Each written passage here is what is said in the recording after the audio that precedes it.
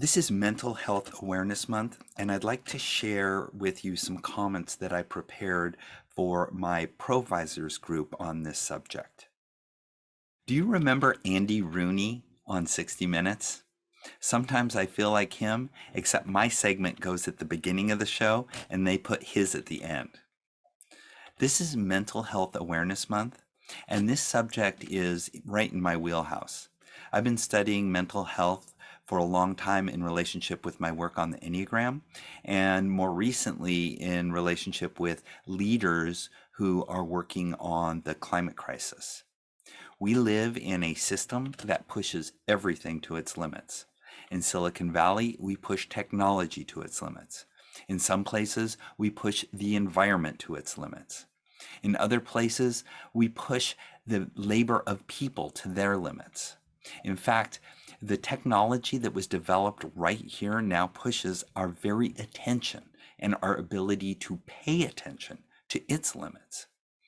All this imposes extraordinary stresses on us, and that stress itself is coming to its limits. That's why we're seeing a sharp rise in mental health issues, epidemics of substance abuse, epidemics of violence, gun violence, and otherwise. For instance, we just saw a celebrity who many of us admire lash out on national television during a live broadcast. Under all these stresses, each of us will respond in a distinct way. Some will respond with anger, some with anxiety, some with sadness and depression. And it's likely that we'll all be cycling through all of these at times. The Enneagram shows how and why this happens and informs us, if we know our Enneagram type, our inclinations, our starting point of how we may start to react to certain high stress situations. When we see someone responding, 2/3 of us will think, I would never do that. While 1/3 of us will think, I could see myself doing that.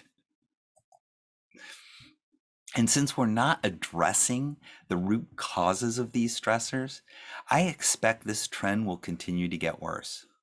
So I urge you all to take your own mental health seriously in order to face these challenges. The Enneagram is a great tool for doing this.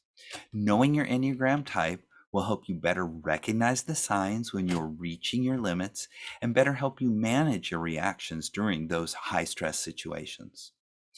Everyone in this room grew up in a time of limitless possibilities. We developed our habits and expectations around limitlessness. The world has changed. We've exceeded its limits. However, our habits and our expectations haven't changed. We are still behaving as though the world were limitless. And as we come to grips with the need to change our behaviors, we will be working through the grieving process and all the fraught emotions associated with this process. You already see this with backlashes to something as simple as mask mandates. Some of you may be dismissing my words right now, and that's okay. The first step in the grieving process is denial. In any case, I urge all of you, please take your mental health seriously. Please prepare yourself. Please be kind to yourself.